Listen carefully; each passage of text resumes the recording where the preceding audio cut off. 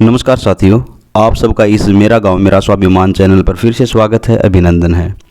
साथियों, ये क्लिप है गांव भराण में, जो उत्तर भारत के हरियाणा प्रांत के रोहतक डिस्ट्रिक्ट में जो महम ब्लॉक है, महम विधानसभा क्षेत्र, उसमें एक गांव है गांव भराण।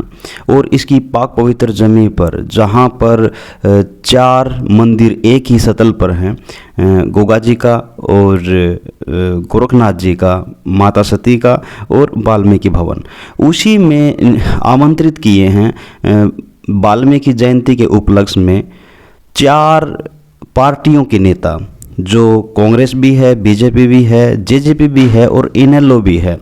और इसमें जो मुख्य अतिथि हैं वो हैं बीजेपी पार्टी के जो कार्यकारिणी है राधा अहलावत जी, भाई शमशेर सिंह खरगड़ा की मिसिज धर्मपत्नी, वो मुख्य अतिथि के रूप में आई हैं। और यहाँ पे पूरे वाल्मीकि समाज की महिलाओं ने उनका स्वागत किया है और मंच तक लेके जाएंगे। इस वाल्मीकि जयंती के ऊपर ये बहुत ही गजब और यूनिक चीज़ दिखाई दी कि कभी भी जब कोई जलसा होता है या कोई लोगों का गठन होता है तो उसके अंदर किसी भी राजनेता को जब निमंत्रण दिया जाता है तो वो उनके सब पैचअप में होते हैं और वोट कलेक्शन के बेसिस पे होता है। लेकिन वाल्मीकि समाज के इन भाइयों ने और इस कमेटी ने एक गजब ही काम कर दिखलाया। एक ही मंच पर 4 पार्टियों का आना और बिना किसी मतभेद और बिना किसी नारेबाजी के जो ये कार्यक्रम हुआ है, बिल्कुल शांति स्वभाव से, वो लाजवाब है, काबिले तारीफ़ है। और हर समाज ने ऐसे ही करना चाहिए, किसी भी राजनेता के प्रभाव में आकर एक के पक्ष में जाके न ही ऐसा गठन करना चाहिए। और इसी के साथ राधा अहलावत जी, जो कि बीजेपी कार्यकारिणी है, उन्हीं के साथ भाई सतवीर जी भरान आए हैं। और राधा मैडम यहाँ पे वाल्मीकि भवन में, मंदिर में भगवान वाल्मीकि जी के चरणों में समर्पण करते हुए, माथा टेकते हुए, ज्योत लगाते हुए और अरदास करते हुए यहाँ पे आए और अपने वक्तव्य से और अपनी सेवा नीति से इस मंदिर के लिए भी, इस भवन के लिए भी कुछ समर्पण दिया है, जो कि आप इस वीडियो के क्लिप में जब ये संबोधन करेंगी समाज का, वाल्मीकि समाज जी का, और पूरे गांव के जो दर्शक आए हैं, सुनने के लिए आए हैं, जो पूरे समाज एक साथ एक मंच पे जो रहता है, जो कि एक बहुत ही गजब और यूनिक चीज़ है, जो पूरे भारतवर्ष में कहीं दिखाई नहीं देती अक्सर, कि एक मंच के ऊपर सभी समुदायों के मंदिर और सभी समुदाय एक साथ मिलकर कोई धर्म और कोई जात का अंतर ना होते हुए यहाँ पे इकट्ठे हुए हैं, जो काबिल तारीफ़। आइएगा एक एक करके इस रामायण के घट को देखेंगे और नेताओं की जो इसके अंदर जो वक्तव्य रहा है उसके बारे में। भगवान वाल्मीकि जी की लीला आपके गांव भराण से शुरू होती है। आप सौभाग्य के और तारीफ के काबिल हैं, इसके लिए मैं आपका दिल की गहराइयों से अभिनंदन और स्वागत करता हूं कि पूरे हिंदुस्तान में आप जैसा गांव कहीं पर भी नहीं है। और अभी आपके सामने भगवान वाल्मीकि लीला जो होने जा रही है, उसके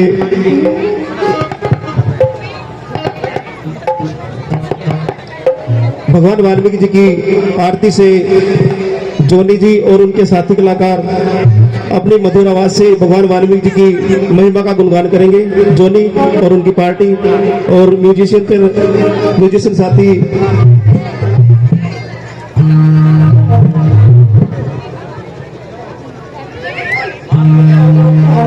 मान म्यूजिकल ग्रुप भाड़ से और ढोलक पर जो साथी हैं और जितने भी साथी आए हुए हैं, मैं उनका तहे दिल से धन्यवाद करता हूं। जितने भी हमारी मातृशक्ति, बच्चे, बहनें, बुजुर्गों, नौजवान साथियों, आप जो यहाँ पर पधारे हैं, आपका दिल की गहराइयों से धन्यवाद। और ये सेवा भावना से बात है भाई, कोई एक पीछे ना सोचता आई हूँ, ठीक है। बहुत बहुत धन्यवाद कार्यकारिणी बीजेपी की अध्यक्ष, जिसका काफी समय से आप सबको इंतजार है। और मैं इससे पहले एक रमेश जी हमारे जो यहाँ उसमें कार्य करते रहते हैं समाज सेवा के रूप में, पिछली से पिछली बार 51,000 रुपये दे के गए थे भाई, उनका भी धन्यवाद है। और वो उस टाइम मुझे ध्यान नहीं आया, तो रमेश बामल जी ने बहुत सहयोग, और जैसे भी हम इनको कभी किसी अवसर पर याद करते हैं, यहाँ हमारे सामने उपस्थित हो जाते हैं। और मैं अब आमंत्रित करूंगा, एक बार जोरदार तालियां।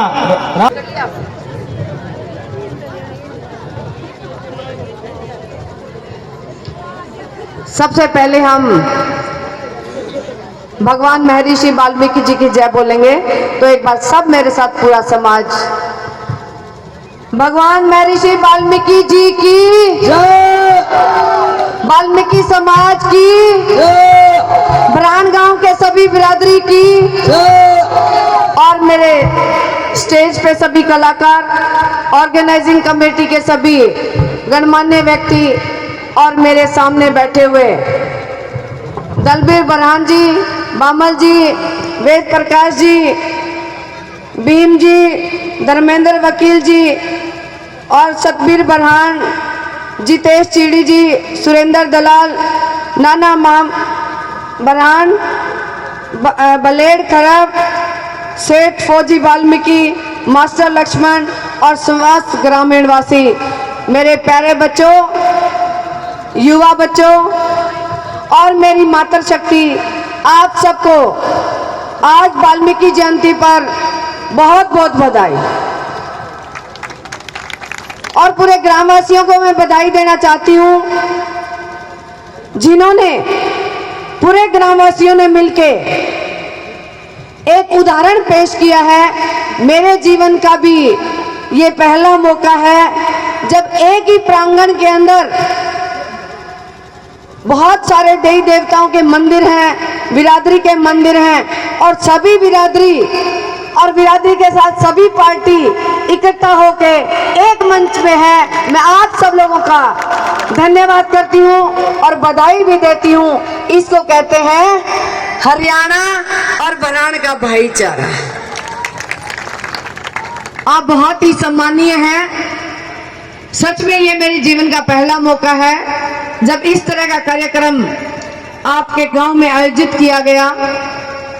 और जैसे कि सभी मेरे से पहले बोलने वाले वक्ताओं ने महर्षि वाल्मीकि जयंती पर और वाल्मीकि जी के जीवन पर कुछ प्रकाश डाला, तो दो चार शब्द उनके बारे में मैं भी कहना चाहूंगी, क्योंकि आज जिस उपलक्ष्य को हम मना रहे हैं उसके बारे में थोड़ी चर्चा होना भी बहुत जरूरी है। जब समय आया, महर्षि वाल्मीकि जी ने जो ग्रंथ लिखा, उस ग्रंथ के माध्यम से मेरे पूरे समाज को, पूरे देश को एक शिक्षा का माध्यम दिया, और एक उस ग्रंथ के माध्यम से हम सभी वर्गों को शिक्षा देने का काम किया और आपको समझाने का काम किया कि कैसे त्याग की भावना होती है, कैसे पति को पत्नी का साथ देना चाहिए, कैसे पत्नी को पति का साथ देना चाहिए, कैसे भाईचारा निभाना चाहिए, और कैसे इस समाज के अंदर त्याग करना चाहिए। बहुत सी चीजें त्याग करने से हल हो जाती है। तो महर्षि वाल्मीकि जी की इस रामायण से हमें बहुत कुछ सीखने को मिलता है। और उसके बाद जब राजनीति की व्यवस्था चरमराती है, और उन दिनों में जब चरमराई, तो हमारी ही बीच की एक बेटी थी जिसका चीरहरण होता है, और बहुत सी परिस्थितियां ऐसी आती हैं जब युद्ध का स्थान ले लेते हैं, तो राजनीति के माध्यम से हमारे बीच में महाभारत के समय में गीता का ज्ञान हुआ, एक ग्रंथ फिर आया। और उसके बाद में हमारे समाज के अंदर ऐसी परिस्थितियां पैदा हो गई जब हमारे समाज को अछूता कहा जाने लगा। हमारे समाज के अंदर खासकर महिलाओं को वोट का अधिकार नहीं था, और ऐसी अव्यवस्था थी जिसमें समाज को ऊपर उठाने का कार्य करना था, तो मैं बाबा साहब अंबेडकर जी ने, जिन्होंने आप सबको कोट पैंट पहनना सिखाया, आपको शिक्षित किया और आपके अधिकारों को ऊपर लेके आए और खासकर महिलाओं को वोट देने का अधिकार दिलवाया, तो मेरे बाबा साहब अंबेडकर जी ने दिलवाया।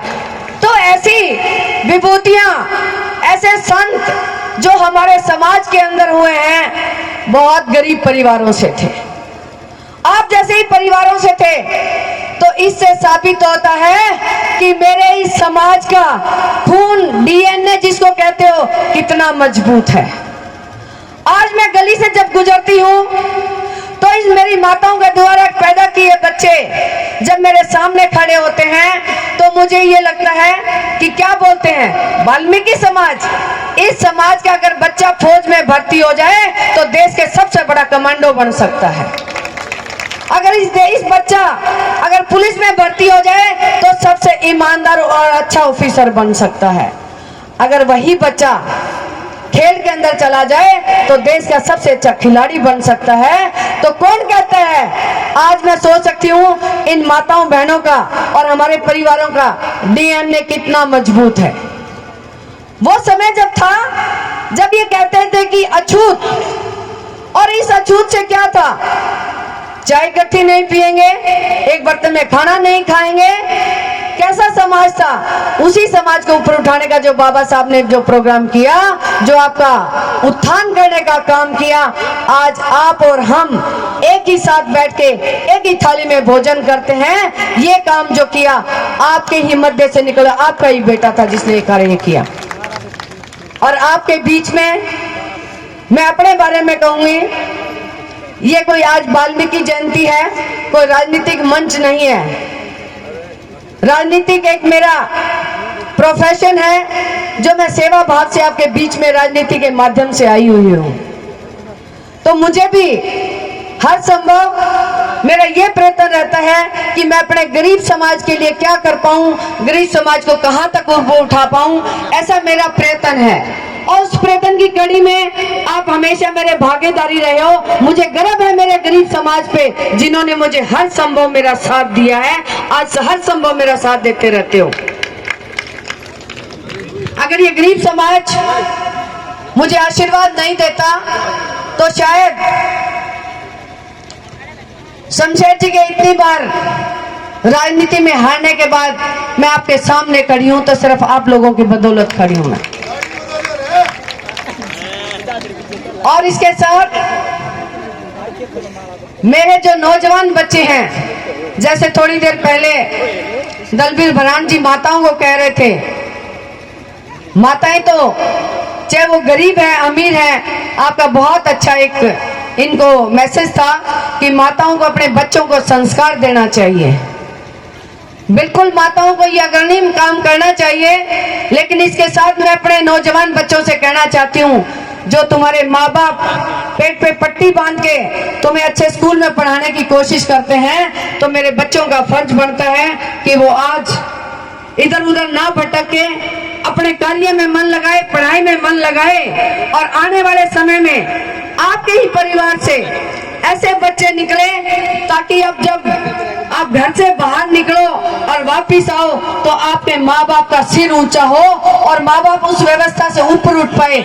मेरी पार्टी, मेरा देश, प्रधानमंत्री और हम इसी बात पे लगे हुए हैं कि आपका जीवन स्तर कैसे ऊपर उठाया जाए। आपको हर संभव सुविधा दी जाएगी जिसकी वजह से आप अपना सुंदर जीवन जी पाओ। और मुझे बहुत अच्छा लगता है जब हमने भी वो समय देखा है जब आपके बच्चे, आपके परिवार सिर्फ दिहाड़ी मजदूरी करने पे मजबूर होते थे, और जब कोई बड़ा आदमी बोलता तो उनकी हिम्मत नहीं होती थी कोई जवाब देने की। लेकिन आज पढ़ लिख गए हो, समझदार हो गए हो, तो हर बात का आपको ज्ञान है। तो आज आप समाज के सब हिस्सों के बराबर हो। जो बाकी समाज अपने आप को बड़ा समाज बोलता है, आप भी उनसे कोई कम नहीं हो। तो आज मेरे सामने जो मेरा युवा बच्चा खड़ा है, वो कभी कभी एक शायद कुछ गलती से एक उम्मीद करता है, और हमारे पास भी आते हैं, उनके माँ बाप आते हैं जो मुझे ये बोलते हैं कि जो और कुछ नहीं तो माने झाड़ू वाला में लगा दो, मेरे बच्चों मैं इस बात के बिल्कुल खिलाफ हूँ। मैं आपको दिहाड़ी मजदूरी से हटा के जो आपके माँ बाप ने काम किया वो मैं आप लोगों को नहीं करने देना चाहती। जो नई नई बहुएं आती है पढ़ लिख के, वो तुम्हारे माँ बाप की तरह दिहाड़ी मजदूरी ना करे, तुम दिहाड़ी मजदूरी ना करो।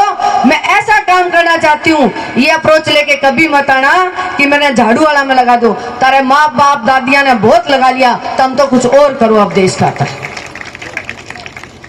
पढ़ लिख के अच्छे काम करो, पढ़ाई में अच्छा करो, ताकि तुम्हारे अब सरकार की जो नीतियां हैं, मुझे राजनीतिक तौर पे मैं 2 ही बातें कहूंगी। सरकार की नीति गरीब की सहायता करना है।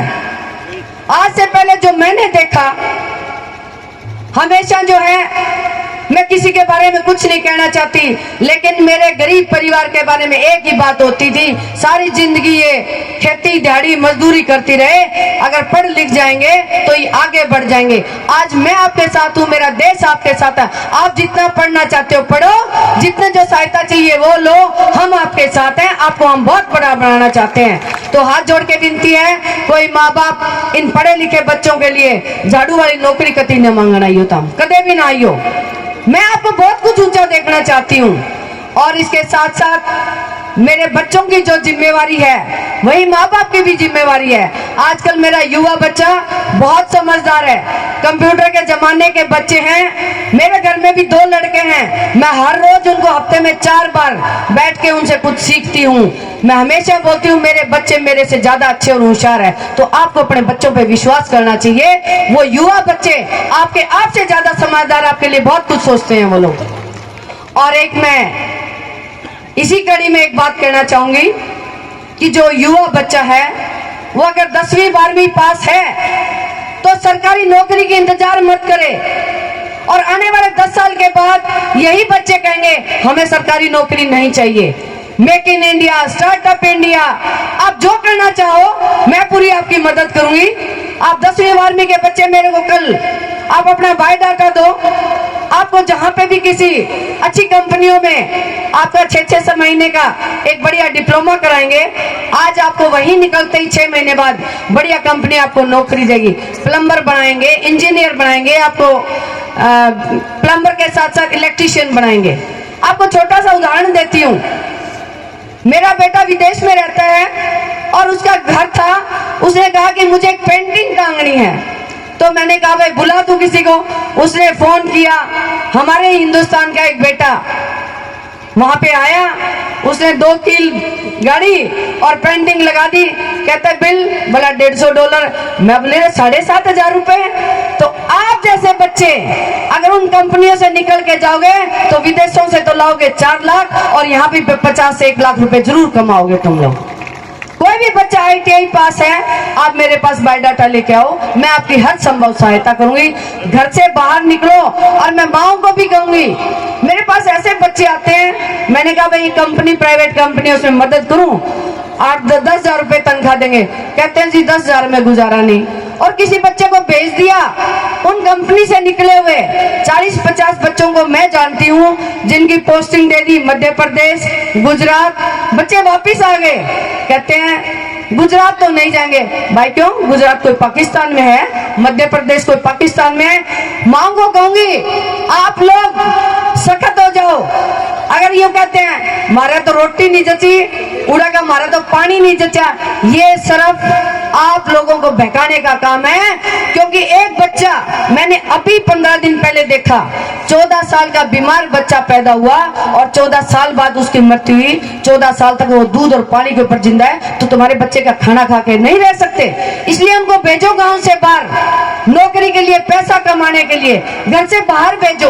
अगर ये बच्चे घर से बाहर जाएंगे तो ही तो कुछ सीखेंगे ना।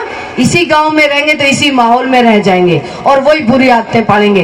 तो मैं बच्चों से कहूंगी अपना जीवन खुद शुरू करो। आज मैं छोटी सी बात अपने बारे में बताना चाहूंगी। मैं बहुत किसान परिवार की बेटी हूँ, लेकिन मेरे अंदर कुछ कर गुजरने की जील थी। उस टाइम में भी मेरे माँ बाप कोई शिक्षित नहीं थे बेटा, साधारण परिवार था। लेकिन कुछ बच्चे एक अच्छी अपने जन्म के कर्मों के अनुसार एक काबिलियत लेके पैदा होते हैं और माँ बाप उसको पॉलिश करते हैं। लेकिन माँ बाप जब साथ देते हैं और उसका लक्ष्य होता है, एक लक्ष्य नहीं, अगर आपके मन में है कि मुझे इंजीनियर बनना है, मुझे डॉक्टर बनना है, मुझे जो भी बनना है, आप अपने दिमाग में बिठाओ कि मैं हर रोज उस काम के लिए मेहनत करूंगी या मेहनत करूंगा, उस काम के पीछे लग जाओ, आपको सफलता जरूर मिलेगी। मैंने अपने जीवन में यह सोचा कि मैं पढ़ाई में कोई बहुत ज्यादा होशियार नहीं थी, लेकिन मेरे अंदर एक कुछ कर गुजरने की इच्छा थी। मैं अपने खेलों में बहुत अच्छा निकल गई, नेशनल प्लेयर बनी, मैं कोच बनी, और इसके साथ मेरे को यह लगता था कि मुझे स्टाइफंड के 200 रुपए कहां से मिल सकते हैं ताकि मैं अच्छा खुराक खा सकूं। मैंने साथ में एनसीसी करी, बी और सी सर्टिफिकेट पास किया, और 26 जनवरी के 1984 में परेड करी। इंदिरा गांधी जी ने, मैं क्रॉस कंट्री में फर्स्ट आई, इंदिरा गांधी जी ने मुझे ब्रेकफास्ट में बुलाया, ज्ञानी जैल सिंह जी के साथ मैंने बैठ के चाय पी। मैं बच्ची थी गांव की, मुझे कुछ नहीं पता था, क्योंकि मेरे अंदर कुछ करने गुजरने की इच्छा थी। और आज आप सबके सामने 22 साल सरकारी नौकरी करने के बाद आज सामने स्टेज पे खड़ी हूं। ये इच्छा ही होती है जब आदमी कुछ कर गुजरता है। तो मैं सभी माताओं से कहूंगी कि प्यार प्रेम अपनी जगह और काम करवाना अपनी जगह। बच्चों के साथ जब एक समय होता है, उनको सख्ती से पेश आके इनको काम के लिए निकालो, और जिस दिन ये वापस आएंगे आपके पास पैसे लेके आएंगे। और बालकों, तो हमने भी चिंता करने की जरूरत नहीं अपने माँ बाप की। इनके पास सिर ढकने के लिए छत है, और राशन से बीपीएल कार्ड से इनको कोटा मिलता है, और इसके साथ कभी हारी बीमारी में अगर बुजुर्ग हैं 60 साल के तो उनको पेंशन मिलती है। अगर हारी बीमारी हो जाए तो 5 लाख का कार्ड है। आपको चिंता करने की जरूरत नहीं है, जब मन करे तब आना। माँ बाप को संभालने के लिए इतने ज्यादा आने की जरूरत नहीं है, क्योंकि इनके पास सारी सुविधा है गाँव के अंदर। अब गांव आपका अपना है, जब मर्जी आओ, लेकिन काम करने के लिए जरूर गांव से बाहर निकल जाओ ताकि आप अपना जीवन को सुधार पाओ। और इसके साथ साथ जो मेरे युवा बच्चे, मेरी माताएं बहनें, और भाई खासकर मेरी महिलाओं को तो खुश इसलिए भी होना चाहिए कि मैं आज जहां भी जाती हूँ महिलाओं की तादाद ज्यादा है। और आपकी तादाद को देखते हुए भाई 33% कोटा हो गया है। और कोटा होने का मतलब अब आपसे अपनी बच्चियों को अच्छी खुराक दो, अच्छा मौका दो, वो भी देश की कोई पीटी उषा बन सकती है। अपनी बच्चियों को आगे निकालो, मैं आपसे गुजारिश करूंगा।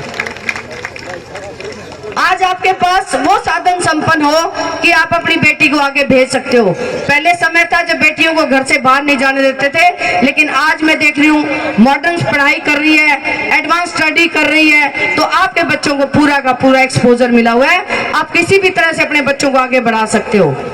और अंत में मैं आपको एक ही बात कह के समाप्त करती हूँ कि आपका मैं देख रही थी कि मंदिर शायद बीच में अधूरा है, तो जितना भी बना है वो भी हमारे सरकारी खजाने से बना है, सरकारी पैसे से बना हुआ है। आज आपका जो अधूरा है, आपको महीने सवा महीने के अंदर 5 लाख रुपए जल्दी आपके खाते में आ जाएंगे। 5 लाख रुपए आपके मंदिर के लिए फिर जल्दी दिया जाएगा। और भाई फिर भी कोई कसर रह जाएगी, उसने भी पूरे करवा देंगे।